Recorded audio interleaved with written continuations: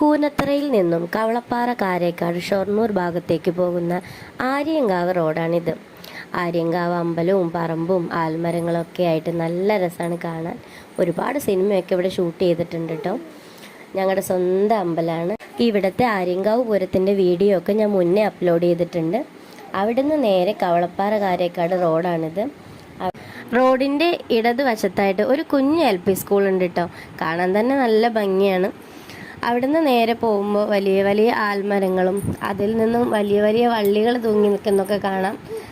ചെറിയ കുട്ടിയായിരിക്കുമ്പോൾ ഒരുപാട് ഇവിടെയൊക്കെ വന്നിട്ട് ഈ വള്ളികളിലൊക്കെ ആടിക്കളിച്ചതൊക്കെ ഓർമ്മ വരികയാണ്.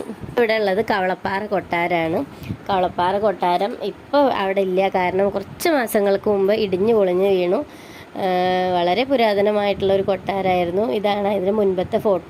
കൂനത്തറയിൽ നിന്നും കവളപ്പാറ കാരേക്കാട് ഷൊർണൂർ ഭാഗത്തേക്ക് പോകുന്ന